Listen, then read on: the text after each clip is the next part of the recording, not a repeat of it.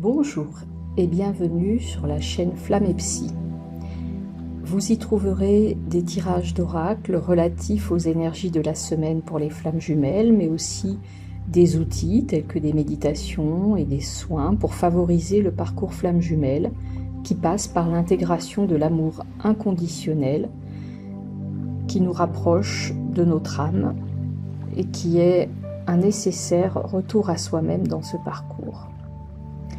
En effet, ce parcours d'éveil à soi-même à travers la rencontre de notre jumeau est parfois compliqué et bousculante. Si vous avez besoin d'un temps personnalisé dans ce parcours, vous pouvez me contacter avec l'adresse mail que vous trouverez sous la vidéo afin de prendre un rendez-vous personnalisé. Vous pouvez également faire un don pour soutenir cette chaîne. Vos commentaires, témoignages et partages sont également les bienvenus. N'hésitez pas à vous abonner et à actionner la cloche pour être prévenu des dernières nouveautés. Nous nous retrouvons aujourd'hui pour les énergies du portail entre le 12 et le 21 décembre, mais également pour les énergies de la nouvelle lune du 15 décembre. Pour un tirage sur la polarité masculine, féminine, et pour le lien dans la relation flamme jumelle. Ce tirage est un tirage général, vous pouvez donc vous retrouver dans chacune des polarités. Je vous conseille également de prendre seulement ce qui vibre pour vous. Pour commencer avec les énergies de ce portail entre le 12 et le 21 décembre, j'ai choisi l'oracle White Light d'Alana Fairchild. Pour la polarité masculine, une carte a fini par tomber, mais ça a été difficile, c'est la carte numéro 8. Cette carte invite la polarité masculine à sortir de toutes les explications qui peuvent être un peu compliquées, voire peut-être de tout ce qui relève du mental pour aller rencontrer, on pourrait dire, la simplicité et la profondeur de la vérité qui réside dans son cœur. Et il lui est demandé de gentiment mais fermement mettre en dehors de sa vie tout ce qui ne résonne pas et tout ce qui ne lui semble pas en correspondance avec la vérité de son cœur. Notre polarité masculine est également invitée par cette carte à se concentrer et à parler, on pourrait dire, depuis une perspective spirituelle de plus en plus élevée. Peut-être on pourrait dire ce que j'appelle ces derniers temps prendre de la hauteur. Cette carte rappelle également à la polarité masculine que toutes les prières sont entendues et elles obtiennent une réponse au moment parfait et de façon parfaite. Et donc, il est bon de se rappeler que nous avons une voix puissante qui peut à la fois soigner et apporter de la sagesse sur notre terre. Pour la polarité féminine, deux cartes sont tombées. La première est la carte numéro 32. Alors, à travers cette carte, la polarité féminine est invitée à grandir encore, on pourrait dire, en beauté, en grâce, et puis dans une dynamique plutôt de plaisir. Il lui est rappelé également que tout ce qui peut faire partie des choses négatives, des énergies négatives, peuvent être soignées à travers, je dirais, l'énergie féminine et puis la force intérieure, une force intérieure qui nous relie au sacré. Cette carte est également le signe d'un grand bonheur qui arrive à cette polarité féminine. La seconde carte qui est tombée pour l'énergie féminine est la carte numéro 28. Elle nous parle du fait que cette polarité féminine doit prendre conscience du fait que ces énergies, elle a à les j'allais dire à les conserver précieusement et aussi à les régénérer au fur et à mesure.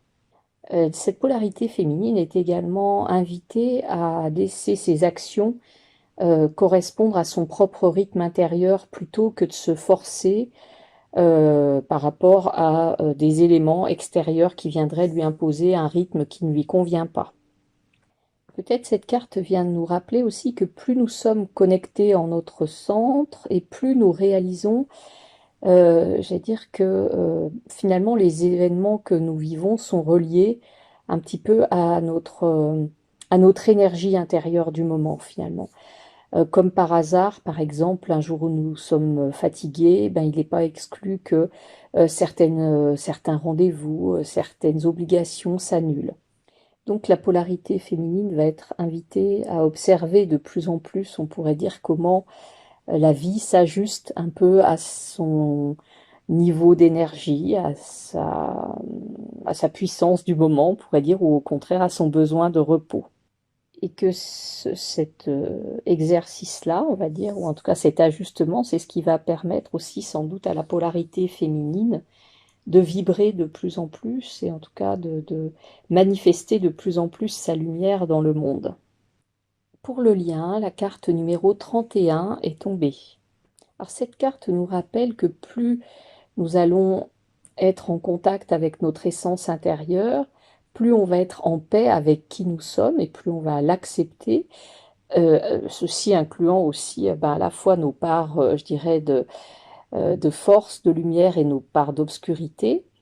Et moins on va devoir se conformer à un idéal social, on pourrait dire aussi, moins on va devoir porter des masques et plus on va pouvoir être en résonance avec notre cœur. Alors on pourrait dire aussi que cette carte, elle nous encourage à croire ce que nous sentons intuitivement comme bon pour nous dans notre environnement, dans nos relations, pour pouvoir harmoniser de plus en plus, je dirais, ce qui se passe en nous et autour de nous, et du coup obtenir de plus en plus de soutien spirituel pour, j'allais dire, prendre davantage, faire davantage de prise de conscience, prendre une certaine hauteur de vue de plus en plus. Cette carte nous rappelle aussi à notre capacité d'attirer à nous ce que nous vibrons. En dos de deck, la carte numéro 11 est tombée. Alors cette carte nous rappelle que c'est aussi par nos blessures, nos traumatismes que nous avons pu dépasser, que nous avons pu transformer, que nous avons fait grandir notre sagesse et notre compréhension de qui nous sommes.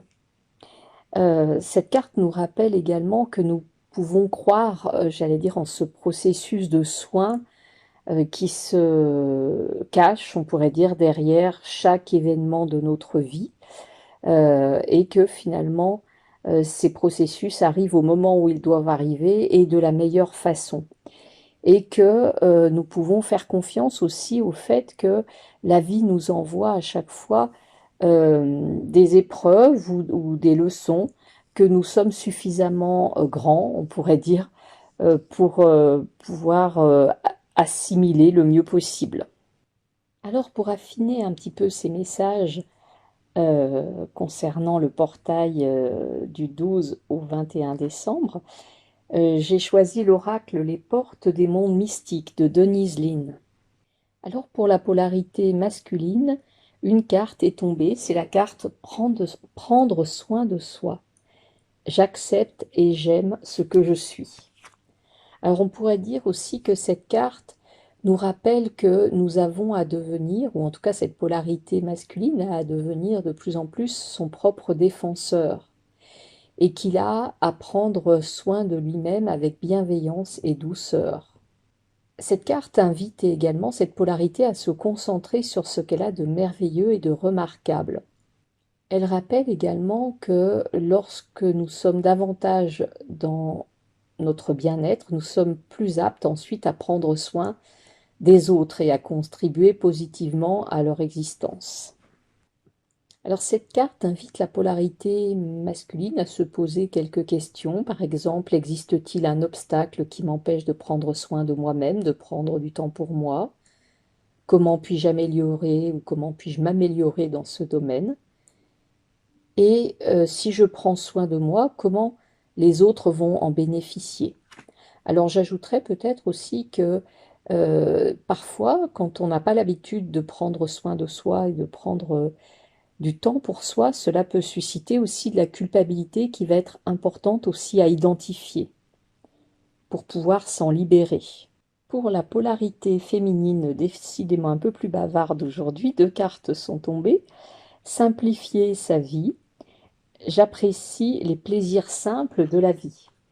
Alors, cette carte invite la polarité féminine à améliorer encore sa connexion avec les messages de l'esprit. Et pour cela, j'allais dire à faire du tri, à simplifier sa vie, à enlever peut-être des choses qui sont encore superflues dans son existence.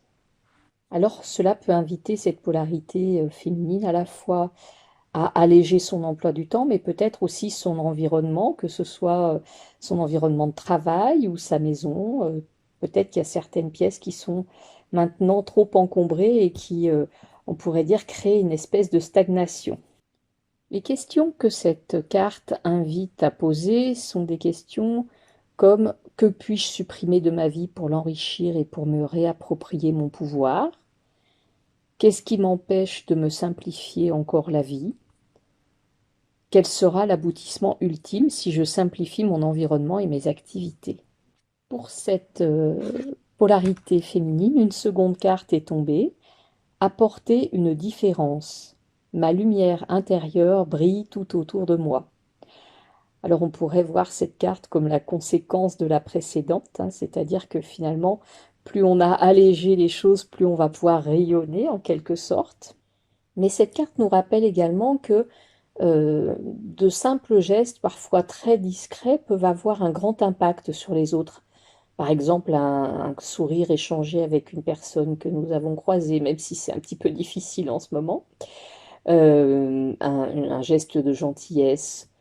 Euh, Finalement, ces petits gestes peuvent vraiment contribuer à ramener de la vie, je dirais, euh, dans l'existence des personnes que nous croisons. Et que, voilà, ça peut être intéressant de prendre dès aujourd'hui euh, peut-être quelques engagements avec nous-mêmes pour pouvoir apporter d'une façon, j'allais dire, toute simple, une différence dans la vie des personnes que nous croisons. Les questions à se poser autour de cette carte sont: quelle contribution puis-je apporter au monde? Ai-je une influence positive sur la vie de quelqu'un? Que puis-je faire pour apporter une contribution plus importante au monde? Alors cette carte me fait aussi penser à une initiative qui tourne en ce moment sur les réseaux sociaux, de pouvoir préparer dans une boîte à chaussures quelque chose de chaud, quelque chose de bon à manger, un petit mot ou un petit dessin ou une petite phrase d'encouragement, etc. Enfin, de pouvoir rapporter ces boîtes qui pourront être distribuées après à des personnes, je dirais, qui ne recevront pas forcément d'autres cadeaux pour Noël. Sur le lien, deux cartes sont tombées. La première carte est la carte inciter au courage. J'ai de la force, de la vaillance et du courage. Alors, on pourrait dire que cette carte nous rappelle à notre propre force, mais aussi au fait que être courageux ne signifie pas nécessairement que nous n'avons pas peur, mais par contre, cela signifie que malgré cette peur, malgré notre hésitation, eh bien, nous allons quand même choisir d'agir. Cette carte nous rappelle aussi que trébucher n'est pas un souci en soi, mais que l'important, par contre, c'est de se relever, d'affronter ses peurs, de franchir, j'allais dire, les propres limites que nous nous sommes imposées. Et donc, cette carte est un encouragement à vivre avec passion et courage. Les questions que cette carte peut nous poser sont: que peut représenter cette carte à propos de mes peurs? Comment puis-je dépasser mes peurs et les remplacer par du courage? Alors, même si je vous conseille peut-être aussi de commencer par des situations pas trop compliquées pour pouvoir justement vous renforcer à chaque étape réussie. Et puis, une autre question qu'on pourra se poser également, c'est: quelle sera l'issue ultime si je parviens à vaincre mes hésitations et mes peurs? C'est-à-dire vers quoi de beau ça pourrait m'amener. La seconde carte pour le lien est une invitation à regarder plus en profondeur. Un éclat majestueux habite les profondeurs de mon être. Alors avec cette carte, nous sommes invités à investir dans une réflexion, à réexaminer les choses qu'on a peut-être négligées d'un premier abord. Donc on pourrait dire de regarder les choses plus en profondeur, d'explorer certains éléments de certaines situations que nous avons peut-être survolées jusqu'ici, mais pas regardées d'une façon suffisante pour en voir, j'allais dire, les éléments extraordinaires, on pourrait dire. Cette carte nous invite à nous poser quelques questions. Existe-t-il un domaine dans mes relations avec autrui ou moi-même où je devrais mener une réflexion plus approfondie? S'il y a une situation dans laquelle je souhaite voir au-delà des apparences, comment dois-je procéder? Y a-t-il quelque chose que je ne verrai pas dans ma vie? C'est-à-dire, y a-t-il peut-être certaines croyances que j'ai qui m'empêchent de voir une réalité? Donc on pourrait dire que peut-être aussi que ces périodes vont être des périodes de révélation et de reconnexion avec certaines réalités que nous n'avions pas perçues jusqu'ici. En dos de deck, la carte qui est tombée est la carte Agir avec douceur. Mon pouvoir intérieur s'accroît dans les moments de quiétude. Cette carte nous rappelle que quand nous prenons un peu de temps pour nous, nous voyons les choses qui ne sont pas accessibles à nous quand nous avançons trop vite. Cette carte, elle résonne un peu avec la précédente, regarder plus en profondeur. Donc, il semblerait quand même que dans notre vie actuelle, il peut y avoir une cadence un peu trop rapide et que nous sommes invités à agir, j'allais dire, d'une façon ou dans un rythme plus tranquille. On l'a aussi trouvé dans la carte Simplifier sa vie que nous avions vue pour la polarité féminine précédemment, et aussi on pourrait dire dans la carte Prendre soin de soi qui était tombée pour la polarité masculine.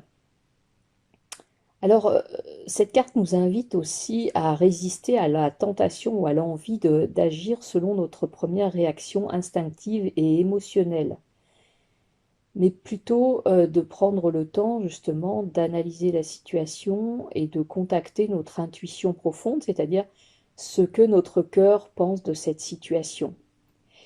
Et que peut-être effectivement cela nous permettra, en nous reconnectant avec notre intuition profonde, de pouvoir distinguer le vrai du faux, c'est-à-dire se connecter avec ce qui vibre dans notre cœur et non pas dans ce qui résonne avec nos croyances qui parfois peuvent être erronées.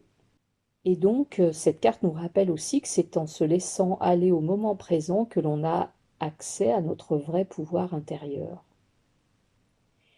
Les questions à se poser autour de cette carte: quelle est pour moi la sagesse sous-jacente à agir prudemment? Existe-t-il dans ma vie un domaine dans lequel je devrais ralentir? Devrais-je faire preuve de prudence avec une personne ou une situation précise de ma vie? Et on pourrait même rajouter, est-ce que je devrais reconsidérer peut-être aussi certains liens ou certaines croyances que j'ai pu avoir jusqu'ici, et qui relèvent peut-être plus, on pourrait dire, justement d'une croyance infondée que d'une réalité factuelle. Alors j'ai également choisi de regarder un petit peu dans quelle énergie chacune des polarités allait traverser cette nouvelle lune grâce au tarot pré-raphaélite. Alors pour rappel, les pré-raphaélites, ils avaient, j'allais dire, un goût prononcé pour un éveil d'une spiritualité mystique, pour un rapport plus étroit entre l'homme et la nature, et donc effectivement pour pouvoir se rapprocher d'un style de vie, on pourrait dire, plus simple. Alors pour la polarité masculine, la carte qui est tombée est la carte du mat, Cette carte rappelle combien la liberté est enivrante, mais qu'elle peut parfois nous coûter cher si nous n'y prenons pas attention. Effectivement, on voit que le fou ou le mat dans cette carte est en même temps emporté par son élan et en même temps il n'est pas si loin du précipice. Donc il faut aussi dans ce voyage, j'allais dire, ou dans cet élan, rester prudent. Ou alors, effectivement, être accompagné dans ce voyage vraiment par le soutien du divin qui nous fait expérimenter, on pourrait dire, à cet endroit-là, le pont de la foi. Pour la polarité féminine, c'est la carte du jugement qui est tombée. Cette carte nous rappelle que ce que nous pensions être perdu est pourtant sur le point de réapparaître. Cette carte nous parle de renouvellement, d'appel, de révélation. Pour le lien, deux cartes sont tombées. La carte numéro 4, l'empereur, qui nous parle du fait de dominer nos émotions et que une fois que cela sera fait, nous aurons le monde entre nos mains. La seconde carte qui est tombée est la carte numéro 8 qui nous parle de la force et des instincts qui doivent être domptés et non pas réprimés. Donc on pourrait dire quand même que ces cartes sont deux cartes de puissance avec un aspect masculin et un aspect féminin. Il y a quand même quelque chose de part et d'autre de la puissance, on pourrait dire maîtrisée d'une certaine façon. Alors, en dos de deck, et bien à propos, j'allais dire, la carte qui est tombée est la carte de la Lune, nous rappelant cette nouvelle Lune qui va avoir lieu donc le 15, et qui nous rappelle également que nous n'avons pas à craindre les ténèbres, sauf si nous n'avons pas conscience que c'est simplement l'autre face de la lumière. Cette carte nous parle aussi de rêves, d'inconscient, d'illusions, d'instinct. Alors j'espère que ces quelques conseils vous aideront à traverser au mieux les énergies des prochains jours. Je vous dis à très bientôt.